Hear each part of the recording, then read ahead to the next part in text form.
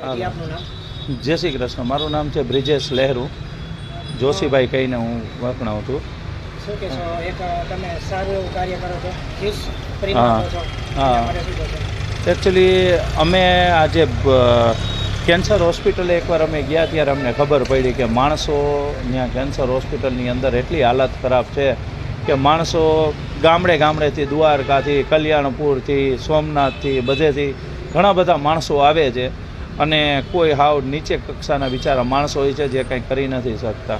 તો ડૉક્ટર એને ઓપરેશન કર્યા પછી ડૉક્ટર એને કહે છે કે આને નળીમાંથી પીવાના જ્યુસ ગોતો. ત્યારે માણસો અહીંયા આવી અને નળી માટેના જ્યુસ ગોતે છે. ત્યારે વેપારી લોકો એ લોકો પાસેથી એક જ્યુસના આવી રીતે જ્યુસ આવે, એક જ્યુસના 120 રૂપિયા, 100 રૂપિયા તરીકે લે છે. અને અત્યારે બિચારો માણસ, ડૉક્ટર તો એમ કે 2 કલાક એટલે દિવસના 7-8 જ્યુસ થઈ જાય, કેવી રીતે એ પૈસા કાઢે 120?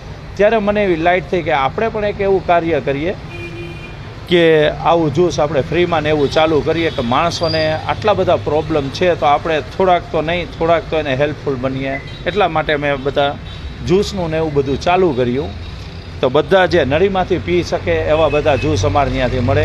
જેવી રીતે પાલકનું જ્યુસ છે, ટમેટાનું જ્યુસ છે, બીટનું છે, ગાજરનું છે, દૂધીનું છે, પછી બીટનું છે, મગનું પાણી, દાળનું પાણી, ચોખાનું પાણી, તુવેર દાળનું પાણી, દૂધ છે, ખીર છે, આ બધાય જ્યુસો અમારે ત્યાંથી 24 કલાક તમને ફ્રીમાં મળે.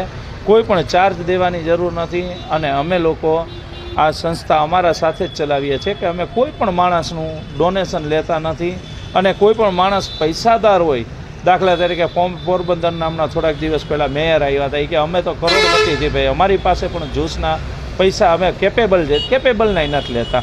ને એવું નથી કે અમે હોસ્પિટલ માટે જ છીએ. અહીંની કોઈ પણ પ્રજા, કોઈના ઘણા ગઈઢા મા બાપ હોય જે પી નથી શકતા, તો ઘણા માણસો આવે, ખીર આપો ને, તમે દૂધ આપો ને, જ્યુસ આપો ને. એ બધા અમારા જે જ્યુસ છે એની અંદર કોઈ પણ પ્રકારની મિલાવટ અમે કરતા નથી, કારણ કે ફ્રીમાં દઈ છીએ એટલે તમે સમજી ગયા છો. એટલા માટે આપીએ છીએ કે માણસનું સ્વસ્થ. અને અમે થોડા સમય પહેલાં તમે જોયું હશે કે નવજોત સિંધુની વાઈફને આ થયું હતું, એના ઇન્ટરવ્યૂમાં એને આ જ્યુસનો જિક્ર કરેલો હતો.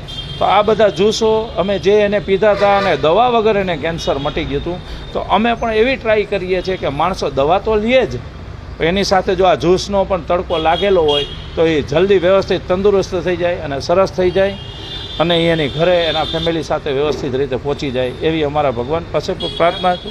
સેવા કાર્યમાં તમારી સાથે કેટલા લોકો જોડાયેલા છે? અમારે સેવા કાર્યની અંદર 6 થી 7 લોકો અમે ફેમિલી મેમ્બર જ છે. હું, મારી વાઈફ ને એ લોકો. અમે પહેલાં વિદેશમાં હતા, 20 વર્ષ પહેલાં વિદેશમાં રહ્યા. પછી ત્યાંથી અમે છોડી અને અહીંયા બેંગ્લોરની અંદર અમારું રેસ્ટોરન્ટ છે.